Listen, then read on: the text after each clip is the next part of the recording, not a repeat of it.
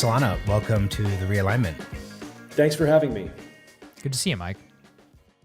So we are recording this right after President Biden announced that around May, let's be generous and give May, June, July, there'll be enough vaccines available for every adult and teacher in the country to be vaccinated, which brings to mind the fact that every time we've had anyone on from the tech industry or the venture capital world where you work, there's been a big debate about how much the world isn't or isn't changing due to COVID. And it seems like once there's a vaccine majority in the country, at least we'll have a bit of a metric for a starting point for reanalyzing who had the right takes the past year.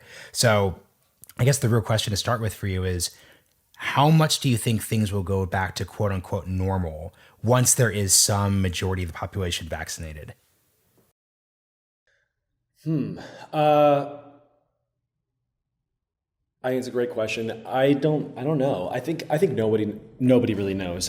For me, I can say that this entire debate, like the COVID thing, revealed the cracks in the foundations of the modern world, I think. The San Francisco context is like, San Francisco's been bad for a long time, and we've just sort of limped along and not paid much attention to the government. And it was like, oh, well, we can get along without it. We don't really need it. It was just in the middle of a crisis, suddenly you realize, oh, wow, an incompetent government is really disastrous. And so I think maybe the one thing that certainly, in terms of where people are going to be living, right? Like, it's like this Miami thing, is like the Austin thing, or is this going to be real? I don't know. Founders Fund has an office in Miami now. But this is a conversation that Founders Fund has been having internally for years. Peter left San Francisco years ago, and we have been allowed to move for a while. Peter's asked me to move to Los Angeles. Like, it's something that we've talked about. And I think it's something that people in the technology industry have talked about for a long time. The city is really messed up in a lot of ways. So I think it's like, will things go back to normal? I mean, people are going to be going to bars and restaurants again, I think. I think that's all definitely going to happen. I think people are going to go back. There will definitely be a population increase in San Francisco, I think for sure. But I think that what we've really learned is the degree to which, I think most people now have seen sort of like viscerally, the degree to which an incompetent government can really cripple you. And that's at the national level as well as the local level. But for me, I tend to focus on the local stuff because I think that that's the stuff that no one ever cares about. And it's actually much more important for our day-to-day lives. I mean, everything that we care about, for the most part, in our actual lives is affected by local politics.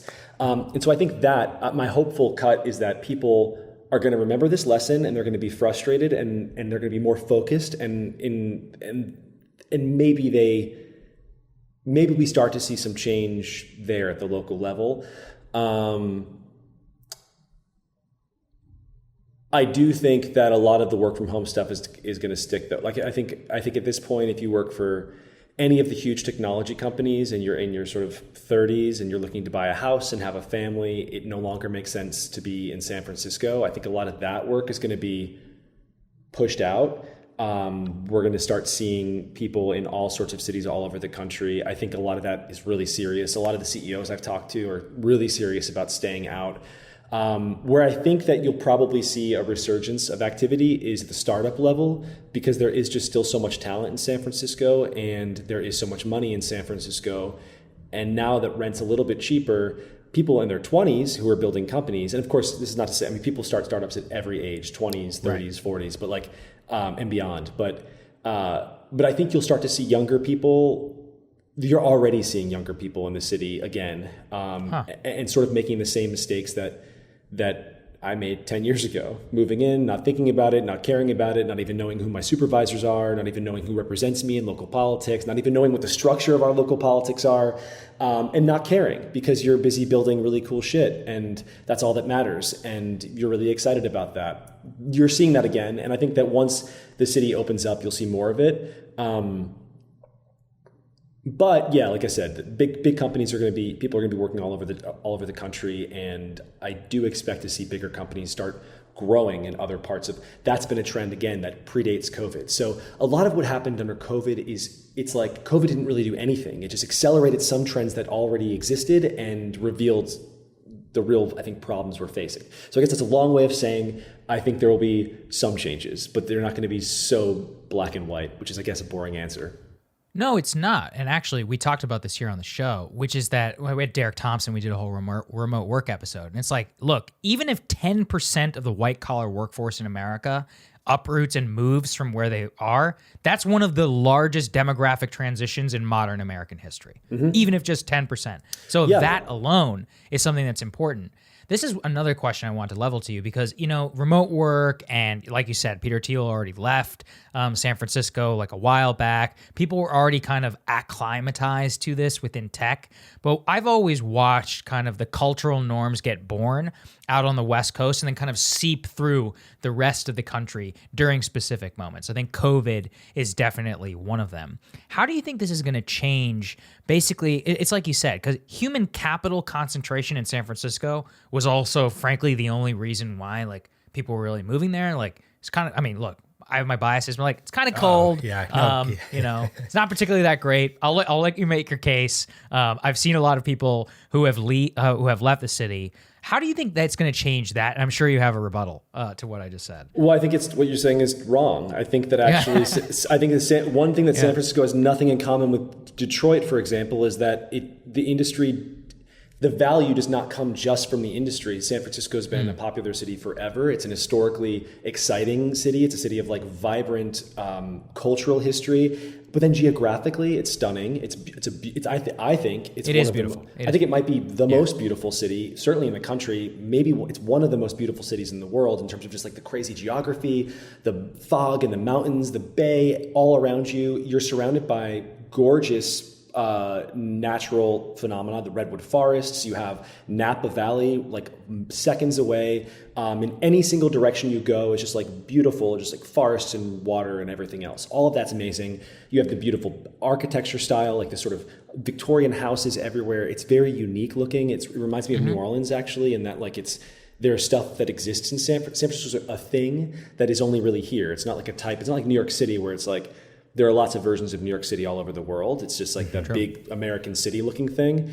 San Francisco is very specific. And so there are going to be people who want to live here no matter what, just because it's beautiful. And a lot of people, I agree with the weather. I don't like that it's always sort of perpetually 60 degrees and foggy. But people love that. People always talk about the weather as one of the things that they like about it, that it's steady and whatever. I mean, what was the other part of your question? I just disagree No. I think that's good, by the way. We need San Francisco stand. My sister works in tech. She's leaving San Francisco because she's like, I can't stand it, but largely for the reasons that you're saying, which is crime. And that's actually largely a mismanagement issue than it is in terms of the natural beauty. You're totally correct. I was more wondering whether and how you see the future of tech itself, since you work in the industry, how it might change as a result of this kind of remotization. Like with everything going online, there was something to be said about San Francisco at the end of the day was a small-ish type city in terms of the business district in particular. There was like the organic, like running into each other concept, not just within day-to-day business, but also socially as well. How does that change the industry and how things downstream get funded, developed, etc. now that we do have this kind of remote phenomenon? Like you said, now you have an office in Miami. Like I know my sister's company, like they have one in like London, and now she's going to be in New York City. Marshall's, in New York. It's just like with the remote work, if you know somebody already, it's not a problem. But in terms of the new organic connections, that does seem to be a big downside of it. This is what a lot of people, I think, in the conversation are discounting because they're older. And so they're not acknowledging how important it is to be around people physically when you're just starting out. I would have nothing that I have today if it wasn't for actual real world physical meetings between me and it was just a handful of people who changed the trajectory of my career. And that happened because it started when I was in New York and then it carried on into San Francisco. And these are big, huge cities with lots of people, and it's easier to meet people in those places. And so I believe that the human draw is towards that kind of thing. I think creative people want to be near each other, and they tend to concentrate in specific areas. So I think maybe what you see I think that it's just, I think that people certainly are going to want to start their careers in places where lots of people physically are. And I don't believe that the remote only thing is going to be, I think it does make a lot of sense in the context of a giant mature company. And maybe even most people are interested in that long term. Maybe most people aren't interested in some kind of career where they're like starting their own company and it's like insane ambition and all of this kind of stuff. And that's fine. And they're just going to have a cool job. They're going to be working like HR for Google, and they can do it remotely from Florida, whatever. I work at a venture capital firm, and we are focused on startups. And I think those people, that's the only sort of view that I can, I think, speak confidently on. I think that those people are going to want to be close to each other in vibrant areas with lots of people and lots of talent. And I don't think that's going to change. And I think it's going to center, I think Miami could be a place where you see cool stuff happening. But I think that, and I don't think there's going to be one monopoly San Francisco anymore. I think that's pretty much been shattered. But I do think that there will still be urban areas where people congregate at the beginning of their career if they're very ambitious, and that these places will be really exciting places to be in the future for all sorts of things, not just startups probably. Like I think a lot of just young ambitious people want to be near each other. But then once a company matures, like, yeah, I think that the way that San Francisco changes is that all of the people who don't need to be here won't. That makes sense. You said something really interesting when you were making the pro case for San Francisco. You were talking about the architectural beauty and the history. I know you're very much we should develop more, we should build more housing. Mm-hmm. The phraseology you use was very much the phraseology used by people who are opposed to development, who say, well, in terms of like the way they articulate, they're like, we have a unique character, adding more housing will really change that. So I'm interested in how you come at the housing debate when you're also very much articulating really, really poignantly the parts of the city that you like. It doesn't seem like you're calling for San Francisco to turn into a giant set of apartment complexes. Yeah. Right. So two things. The first one is I'm not making a pro San Francisco argument. I think it's complicated. I think it's going to be sort of just. I think you're going to see an exodus of a certain kind of person. I think it will still sort of persist as a great place to be for startups. But I think there are going to be several hubs for startups. And then I actually think, San Francisco is fucked in a lot of ways, and it frustrates me and drives me crazy. And I myself struggle with whether or not I should be there because I think it is so poorly managed that at a certain point, like there's something mentally wrong with you if you want to stay in a place that hates you this much. Literally, it's like crime, violent crime, home invasion is sort of quasi-legal here, and that's really crazy. So I'm not making a pro San Francisco argument. I just think that it's not black and white, and I think people will live here, and I think that you could still make and you will have great career opportunities here. Then, though, on the housing stuff, you can just live. Most of the buildings in San Francisco are like. So first of all, you have a downtown area. That should just be like blow it up, right? Like not blow it up. I mean like lift it up, like more everywhere. Like let people build all around there. There's plenty of room. There's plenty of like down in Soma and stuff. You have all sorts of just like. It's like lots of big buildings, but lots of sort of like 2 or 3 story buildings, like lift them all the way up, like the warehouses, like anything that you have, like go for it. Any property you own, you should just have the right to build up and up and up as long as it's safe, safely constructed. But then in terms of all of the like residential stuff where you have like maybe a 4-story Victorian house, or a 3-story Victorian house, I think that, I think Paris might be like 7 or 8 stories. You have all these beautiful buildings. It's one of the most. Paris is like famously one of the most beautiful cities in the world. Like I think that there's something analogous in there. Like I would be fine if we had, and this is where Yimbys would like pounce on me and be like, no, it's like just about like building buildings and shoving people in boxes, and I'm like. Okay, cool, but like we have to find a way to compromise here, and I think that the compromise is you make sure that it's still beautiful, and you allow people to build in the same style and to maintain the same character. But you're like, hey, if you own this building, you're allowed to do this you're allowed to lift it up 4 more stories. And I think that people are going to do like with a market. If the market incentive is there, I think people will build it, and maybe even 5 stories. Like let's get crazy. Let's just lift this. I think it's like I want to just see the city like lifted up a little bit. That's one part. But then the other important part is like mass transit and like reliable mass transit. And you need to make sure that, I mean, the Bay Area's real problem is that it's not integrated in the way that New York is. San Francisco is its own thing, and Marin is its own thing, and like Berkeley is its own thing. Like all of it should be part of the same city, honestly. And that's politically unfeasible. Like no one wants to, because everyone is self-interested.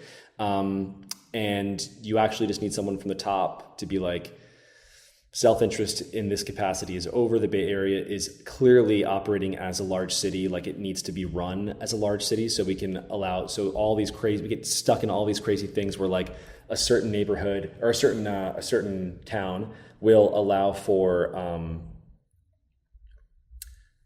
commercial, but not residential. So they'll build like tons of office space. And what that does is it brings in obviously a bunch of new people into the city, and to find housing, they have to move elsewhere in the Bay Area. And it just is like, it's like that kind of zoning shit is crazy. Like we need someone top down thinking about this and saying, first of all, I mean, I'm super like zone it. Housing should be there should be no, it shouldn't be like housing is allowed here. That should be the default. Housing is allowed everywhere. You can't stop it. That's the new thing. Like if someone is going to build an apartment, you're not allowed to stop it, period. But then, I mean, people just have to be more thoughtful in a sort of more holistic way, like what is good for the Bay Area. And until that happens, we're going to be getting caught into these weird struggles all the time. The transportation is going to be sort of fucked. And yeah, so I think there's a way to do it where you can maintain obviously the beauty of San Francisco by just lifting it up quite a bit. And then also working on like things that allow for better commutes and things like this. Sure. So doing the research for the show, I read through a lot of your newsletters. Pirate Wires, actually subscribed, was a huge fan. The paywall got me, so the system does actually work there.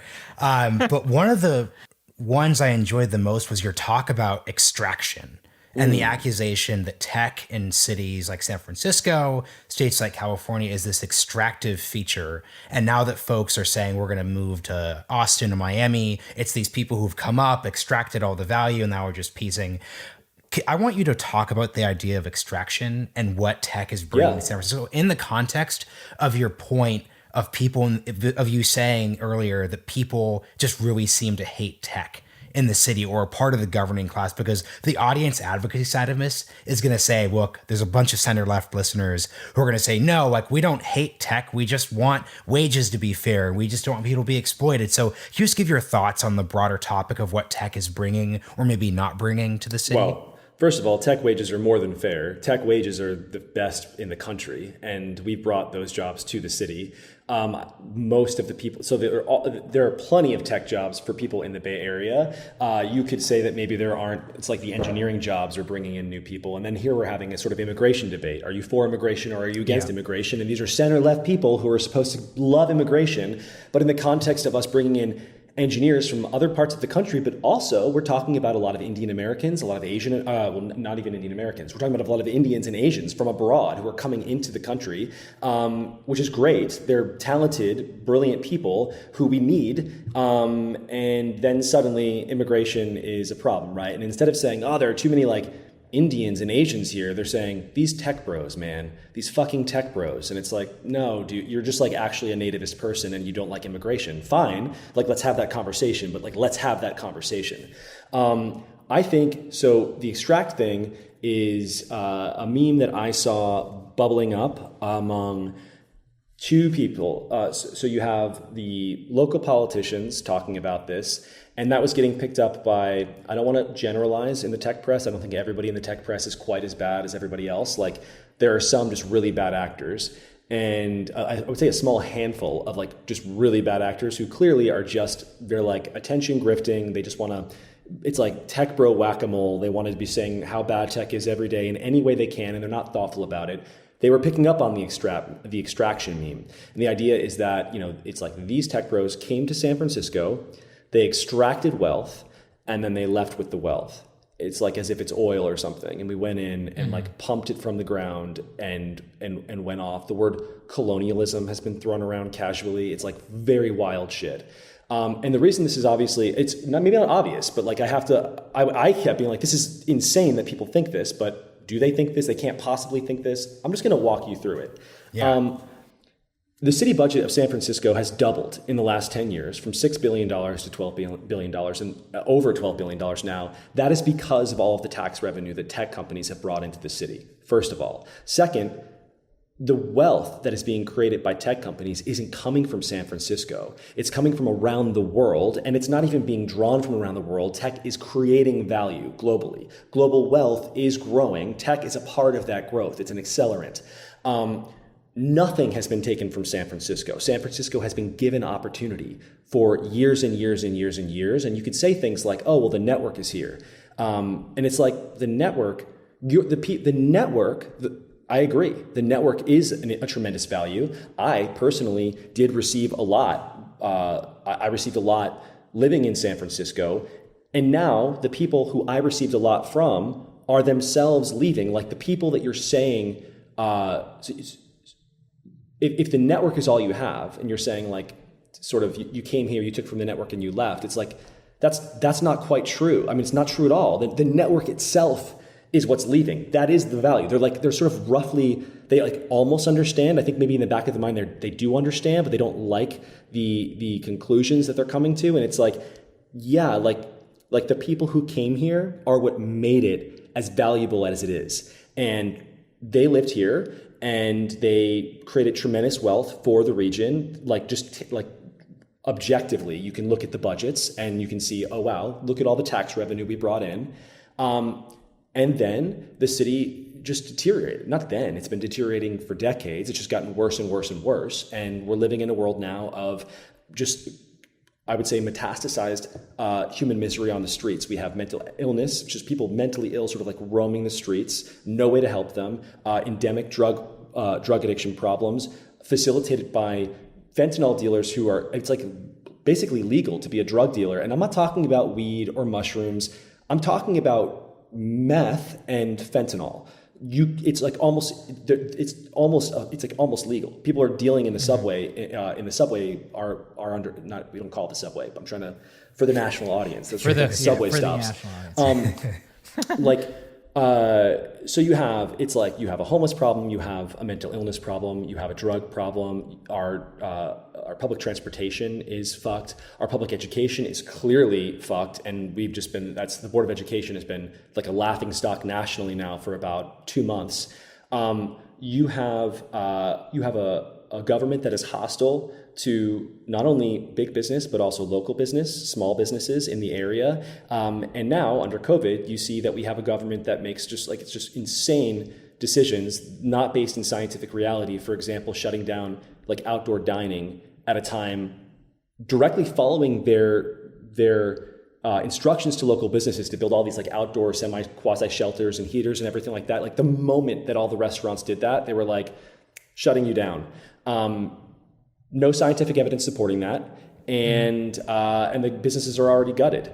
And it's like it goes on and on. Sanitation, corruption. Like I could sit here and list shit that's crazy about San Francisco forever. But the point is, like, we have a class of people here who are doing a lot and who came in and who brought a lot, who gave a lot just by virtue of like moving here. We're giving a lot. We're creating. It's like there's an economic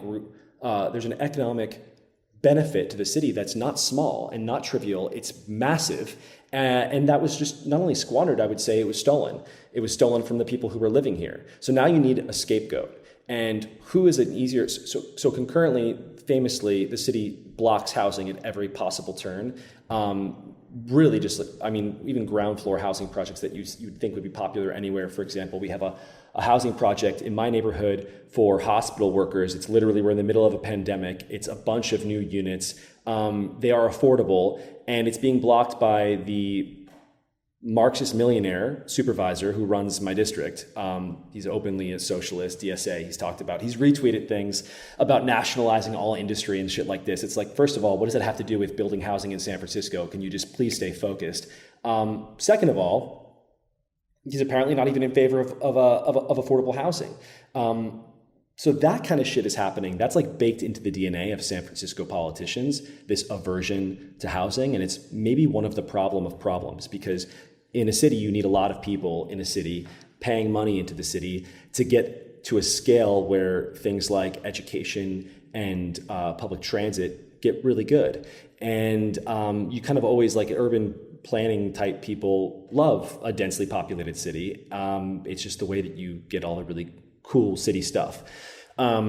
So that problem, the housing problem, when you're not building, it's like clearly when you're not adding supply and the demand is going up because people are moving to your city, the cost of housing skyrockets. And San Francisco was already an expensive city. It was an expensive city even in our economic downturns. It was an expensive place to live because people want to live here.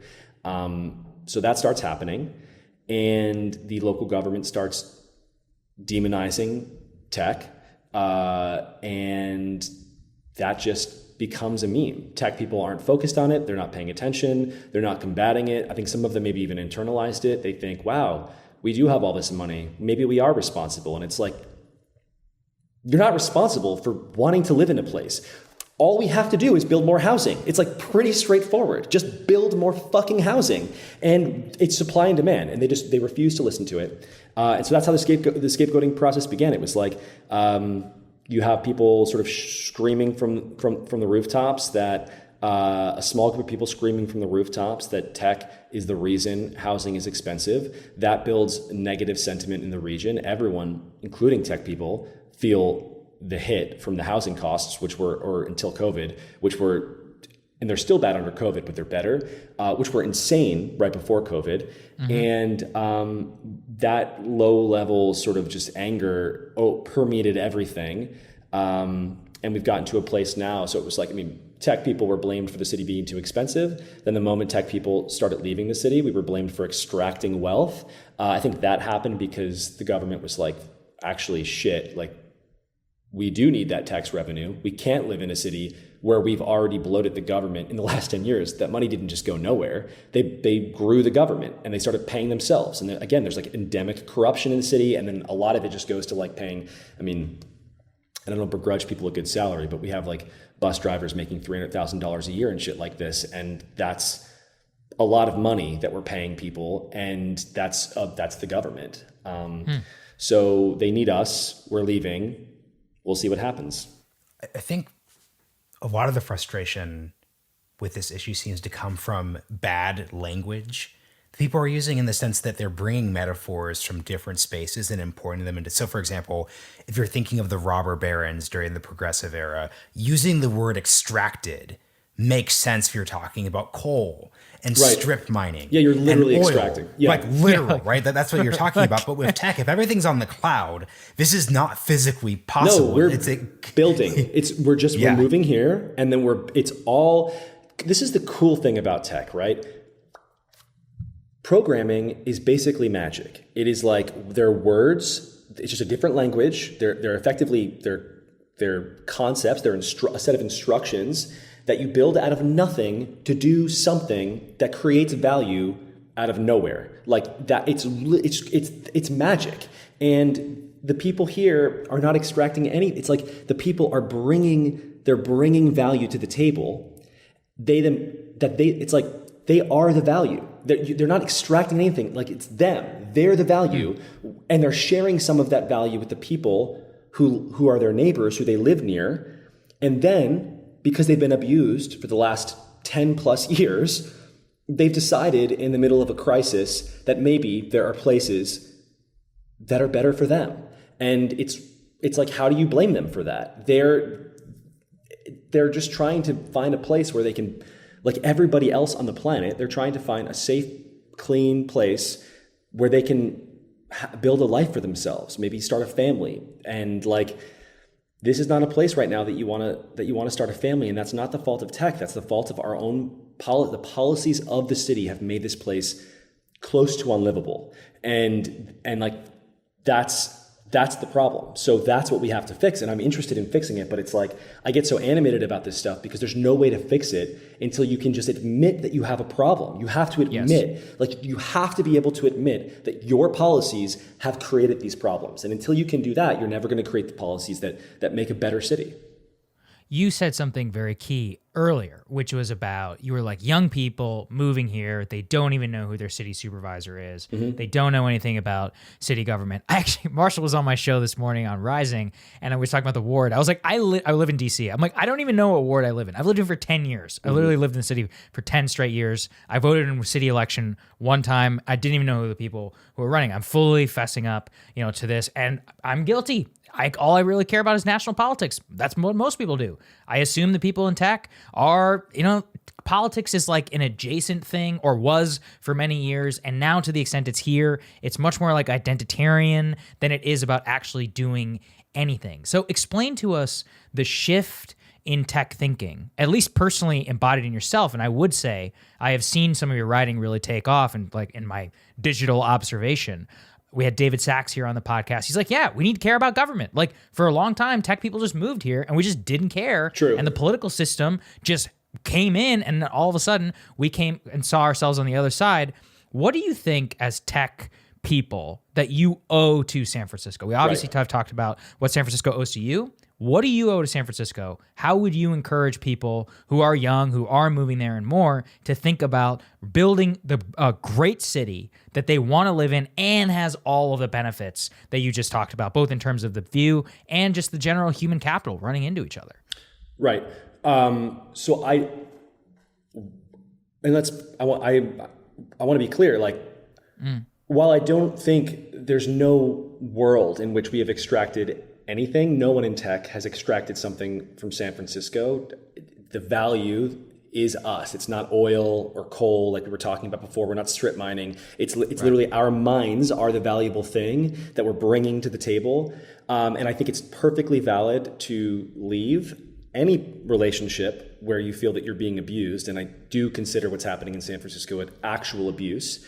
However, what do we owe? I mean, I think that anyone who lives anywhere owes that community. Well, it's hard, right? Because there's this question. It's like, are you passing through or are you not? And I don't want to say that just passing through and being a transient sort of person is a bad thing, but it's not something that animates me personally. What my sort of view on things is like, wherever you live, you need to be a part of that community.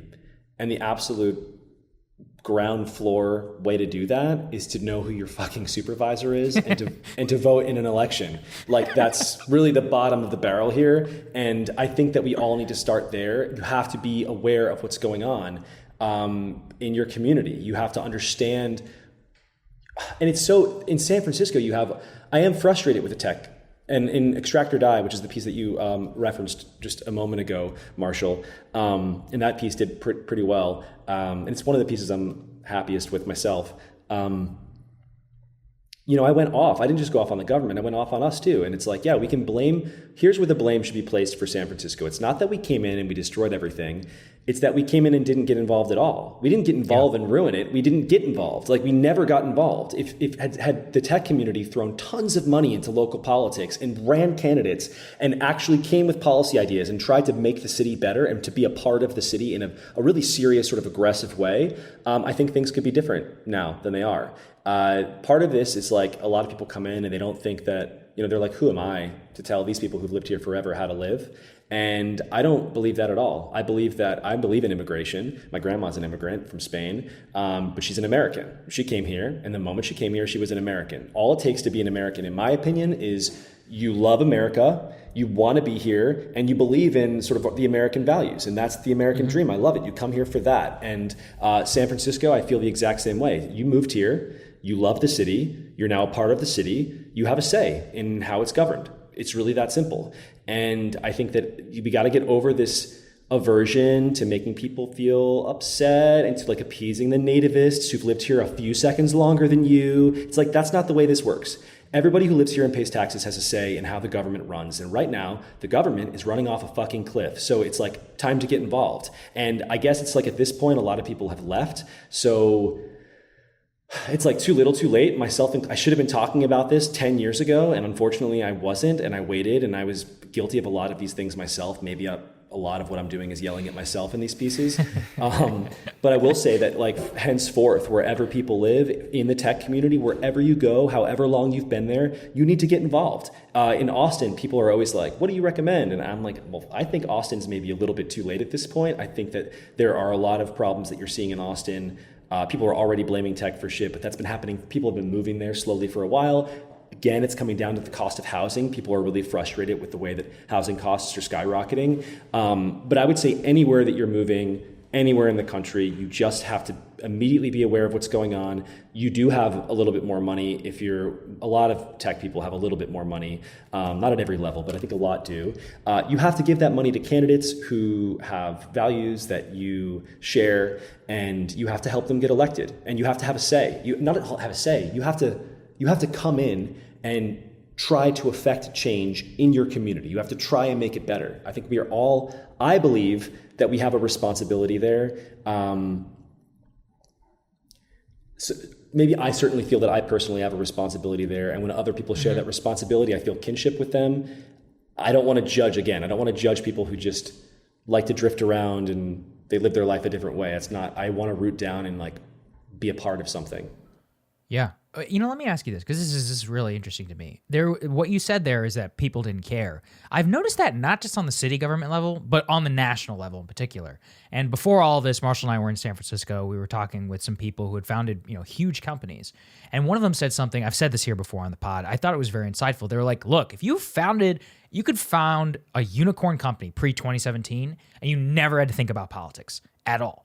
Now, tech itself is political. Like, no matter what you do, the medium of technology is political. To what end are you using technology? Who's allowed on your platform or not? What are your standards? Users? Is your tech being used for good stuff by China or by the US government? It's like all of these are questions that they're literally just not able to handle, and in my opinion, have handled in a very ad hoc and ridiculous way. They've turned both parties against them miraculously. It's actually pretty impressive in order to see that happen. So how did that happen? Is it because of this like weird left libertarianism where they were like, we're post-political almost, but they didn't realize they actually like live in a society with users and with government officials? And then what is the antidote to that? Like, does tech now have to be political in terms of both sides to save itself? What do you think?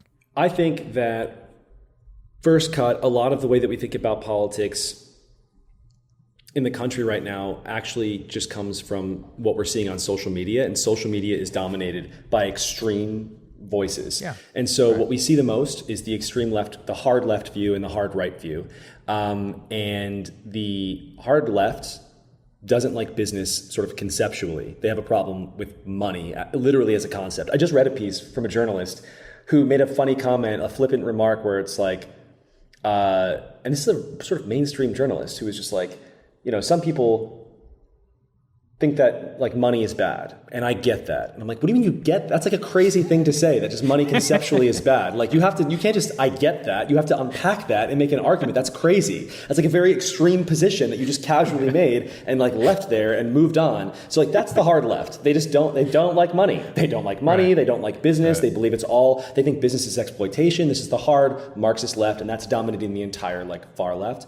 The hard right is, I think, harder to really characterize. I don't think it has much power, honestly. It's like populist. Populism bleeds into the left as well.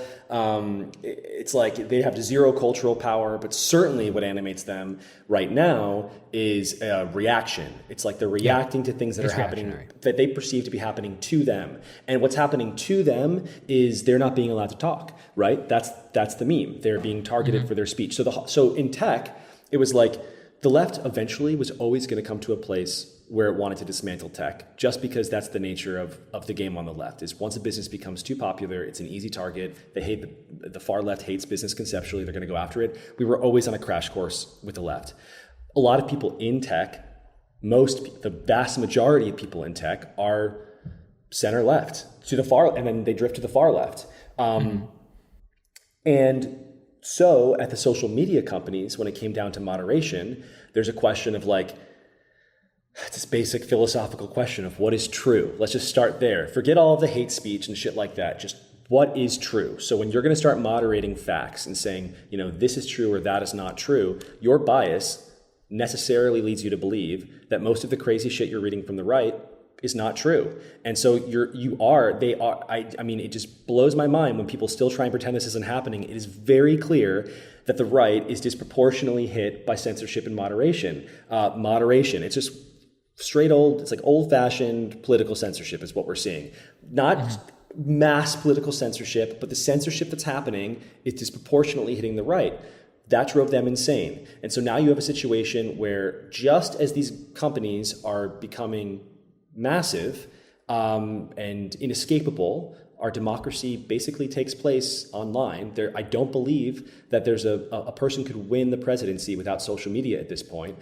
Once we've hit that critical mass of users, the left their switch is on. They're like, powerful company, have to dismantle it. And now that company is censoring the right, their natural ally in business. And the entire right is like, wait a minute, we can't live in a world where you need social media to exist in a meaningful way publicly. And also they don't believe that any kind of conservative thought is legitimate. I mean, that's certainly their read of the situation. And I think they're not entirely wrong because of the people who are in charge and just following the decisions they've made recently. There's clearly a bias against the right. And so, both sides hate them. And the tech industry did like everything wrong, like for the last, I would say 5 years politically, starting with like the ground floor thing, which is that the tech just doesn't get involved. It has tried to stay out of it. Not even tried. I think it just hasn't been interested in it. Business and technology are both they're fun. You can do things yourself. You can build things from nothing. There are no bureaucrats. It's just you and a blank page. And I'm a writer. And as a writer, it's the same feeling of just pure freedom. And so I like writing more than I like podcasting. I like podcasting more than I like video production. And it all comes down to like the ease with which I can just tell a story. And I think business it's like tech business is the better version of business, is the better version of government. Like government is all of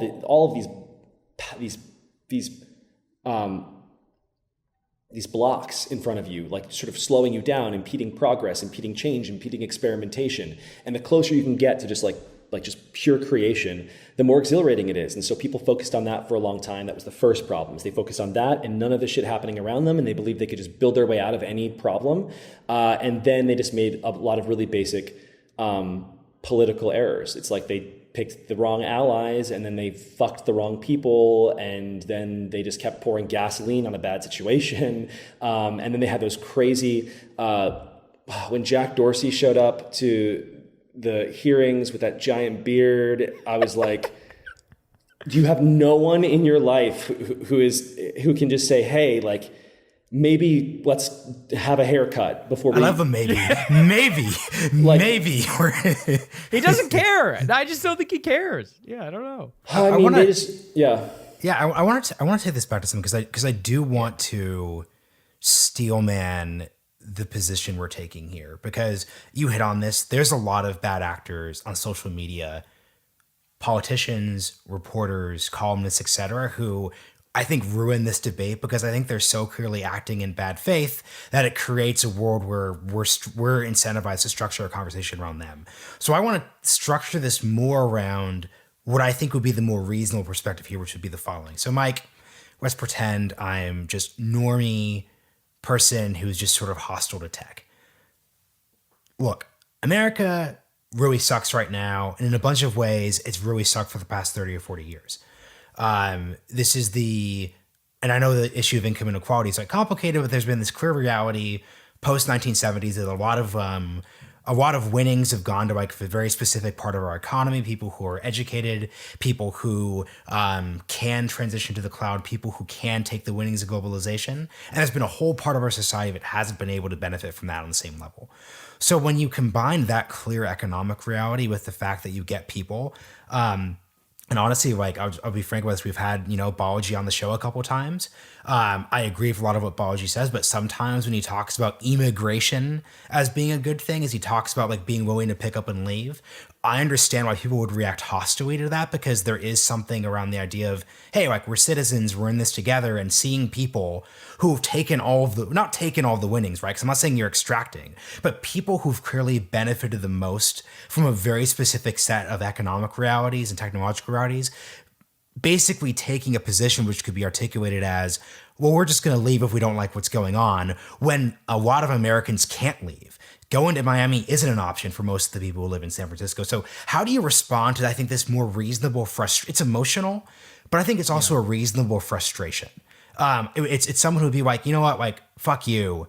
I can't immigrate, so I'm not going to be a huge fan of whatever you're basically saying.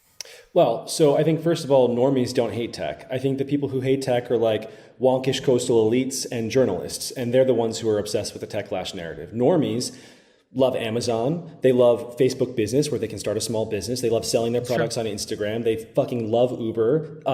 They absolutely love, I think I said Amazon. They love buying cheap things on Amazon. Like, I mean, these are all, they love Robinhood. They love, I mean, tech products are very popular across most segments of society.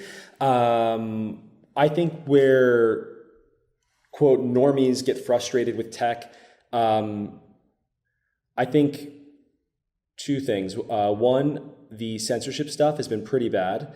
And then two, social media makes us all a little bit miserable. And that's almost every platform. Instagram, Facebook, Twitter, TikTok. And it's not just because people are mean online. I think it has to do with this keeping up with the Joneses thing. There's something about, so Instagram specifically is this window into other people's lives, but it's a fake window. And even if you know that, emotionally it hits you in a weird way. This is the mimetic nature of people, is they want what they see their friends have and what other people have. And it's like, that's how they get, and no one wants to admit this, but it's people take cues on what to want from what they see. And so Instagram is now a window into a world of things that you can't have. No reasonable person is going to buy every 5 seconds. And like, yet on some level, you're like, am I failing because I'm not, in a bikini in Dubai right now and like hanging out with a fucking sultan? Maybe.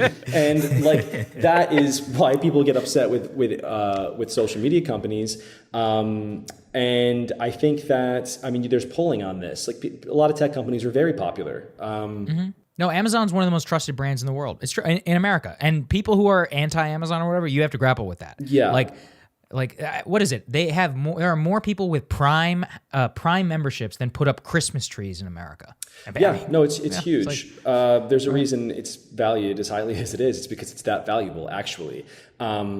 I think that normies love SpaceX and what it represents. They love that there's a man putting spaceships into orbit. The tech press has been trying to make Elon Musk unpopular for years, and they can't succeed because what he's doing is recognized by the average person as clearly meaningful and clearly impactful. So I guess I reject your opening premise. I do acknowledge that rich people can be obnoxious and terrible, and I do acknowledge that it's really annoying when people are talking about just leaving. And I love Balaji. I agree that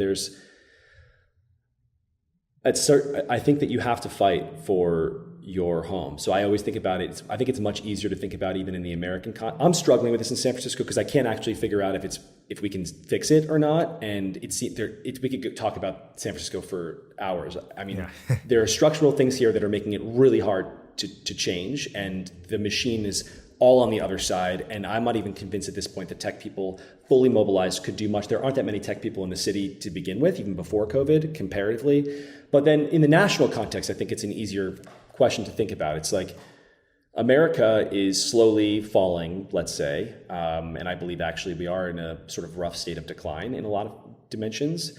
It gets really bad. Do you stay and fight, or do you leave? And I personally believe that you stay and fight. I think it's like, this is my home, this is my country, I'm going to stay and I'm going to fight for it. And that's a value thing. And I think that people who kind of don't feel that, I find it frustrating as well. I don't think it's everybody. And I think tech in general has done just like clearly a lot of good in the world. And the reason it gets attacked is not because of any of the class things that you just talked about. The reason it gets attacked is because tech has destroyed the media business model, and it is upending power structures. It's like the people who are mad at tech are people who used to be in some form of power. Those are the people who are mad at tech, because tech is democratizing there are TikTok influencers who have more power than some of our politicians now. Like that's what those people are really mad about, the sort of like power elite type people. And they drive the narrative. But the reason the narrative isn't like, people have been wanting to make the Facebook privacy conversation work for years. No one cares. Zero average people care about that conversation. And it's because they get things out of these companies. No one's an Amazon story is never going to stick. Right now, I do think that Facebook's negativity is interesting, because I do think the average person has a sort of slightly negative to moderately negative opinion on Facebook, it's Twitter, maybe even Instagram at this point. I'm not sure. I don't have data on it. My sense is that people do, and I think it comes down to just the product is not making them happy. I think if the product was enriching their lives and making them happier, they wouldn't care about anything else. They don't care about the class stuff. They don't care about rich people. Is this product improving my life? Yes, no. And with social media, you have this problem of really it's addiction. And I think it's like, it's hard to wrap our heads around. It's new, but most of us are addicted to our phones. Social media is a huge driver of that. And this is a problem that I think we're all sort of invisibly grappling with. Even when we talk about it, we kind of talk about it for a minute and it slips away. But I think it's a really huge problem. This is a great place for us to close up around, which is social media. I mean, part of the reason why I've really appreciated you on a platform like Clubhouse is you'll have a chat about local politics. Then, Cheesa Boudin, who, did I pronounce that right? I always get this wrong. I think it's Boudin. Boudin. I say Boudin, but I only ever read it. Yeah, right. No, it's one of the, I read it and I forget, but whichever it is, the district attorney in San Francisco, you had an actual debate with him. And what was fascinating about that debate, though, was it was a lot better faith and less acrimonious than that debate would have been if the two of you were dunking on each other in Twitter. So can you speak, I'm hoping this could be our more optimistic part of the conversation. Can you speak about how maybe social media is changing naturally? For example, we had Cal Newport on a few days ago. He's talking about young people are fleeing Facebook. I deleted Facebook. We don't spend time there. Sagar's pivoting from Twitter a bit. Do you think that the social media picture is going to look a lot more positive as we see audio, deeper communities, niche audiences sort of format, or is that another area of Well, despair? First of all, I'll say this. On the Cheesa thing, that wasn't a debate. I wasn't prepared. I didn't expect him to come in. I tweeted about him a couple of times. I mostly focused on the board of supervisors. And so when he came in and accused me of, it wasn't polite. He came in furious and accused me of spreading disinformation about him. The disinformation was that he worked for Hugo Chavez, which is true. You can Google it. There are tons of citations. And so I was shocked immediately. I was like, wait a minute, what? And then I brought up citations. He was like, those are lies. And I thought, I was confused. I was like, I don't even know how to have a conversation with this person at this point. I'm used to dealing with journalists who, despite a lot of times I disagree with certain journalists online, but like journalists in general are thoughtful people who love to have robust like exchanges of ideas, and they believe in some sort of truth, even though I think that we're all super biased, and I talk about this a lot, and they're willing to listen. Like when I have a conversation with a journalist, it tends to be, if it's one-on-one especially, and on Clubhouse, I've had really constructive conversations. Yeah. The Cheesa chat was not that. The Cheesa chat was like, once he did that, I thought, okay, there's no way. And he also was like, you're super disrespectful. So I felt like he was going to leave if I pushed him too hard. And I recognized that this was an interesting opportunity. So what Sorry I tried for to do, mischaracterizing, by the way. No, it's fine. I will say that, yeah. So what I tried to do was get him to commit to positions at least. And I just kind of did a polite interview and just asked him questions and didn't push back much at all. And I tried to get him to commit to things that were in clear contradiction. And I think he did that. And I think anyone listening could have heard that. But on social media, I do think Clubhouse is really interesting. I think there's something really humanizing about voice. And when you're talking to someone, it's way harder to be mean to them because you can hear them. And that's that alone is an interesting beginning.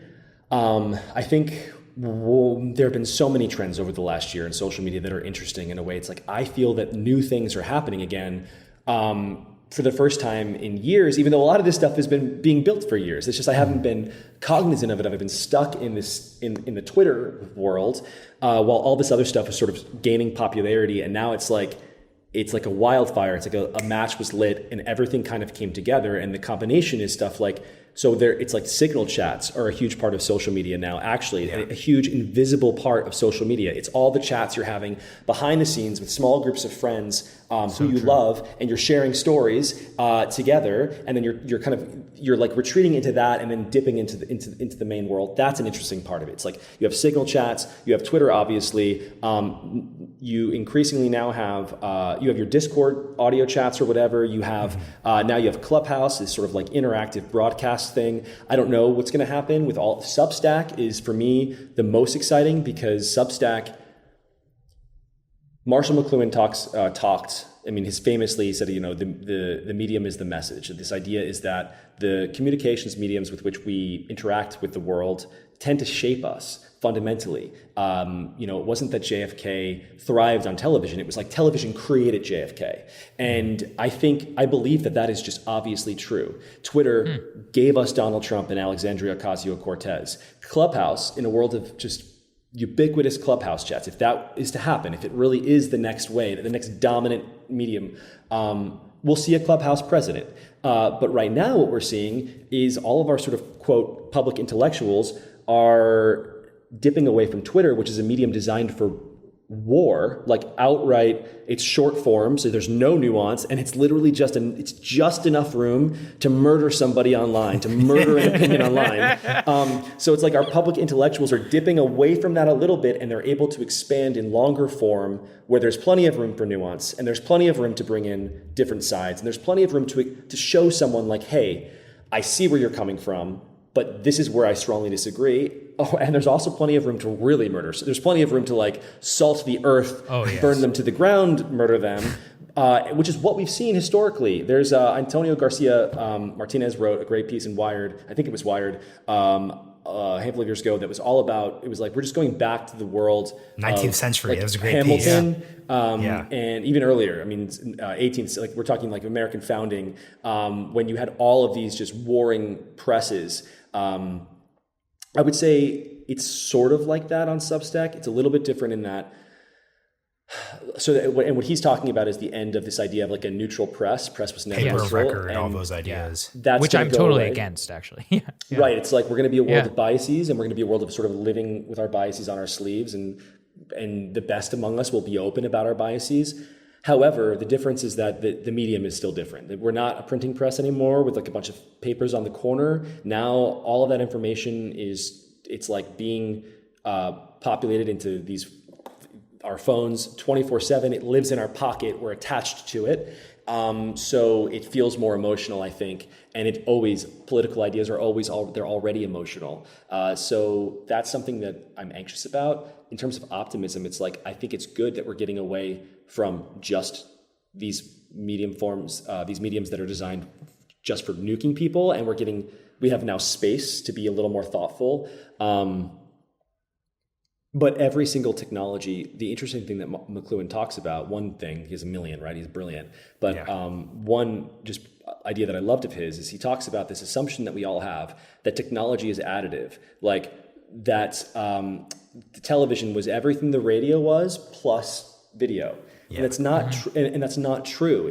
Television is it's fundamentally different. Like once you're in a world of television, the shape of the world around it shifts. And I think that we make a huge mistake when we think that Twitter was just blogs plus it's like faster and whatever. It's like, no, it's a fundamentally new form, and Substack is that, and Clubhouse is that. And so I guess what I'm saying is like, now that it's fundamentally new, it's too early, I think, to know for sure what the negative externalities are, and there are going to be some. There's never been a technology yet that hasn't presented negative externalities. I'm certain there are going to be some. Will the positives outweigh them? I think it's just too soon to tell. I certainly know that the media landscape that we've been living on across for the last 5 years has been really toxic, uniquely toxic, probably in the last, like maybe within the 20th century, it maybe has not been so toxic. But then again, I'm only 35, so maybe I just have a massive historical blind spot, but it sucked. Twitter was bad, and a world of Twitter plus other things feels healthier. Yeah, it absolutely does. Mike, we could talk forever, man. We want to be respectful of your time. Thank you very much for joining us. We really appreciate it, sir. Yeah, thank you for having me. Yeah, thanks.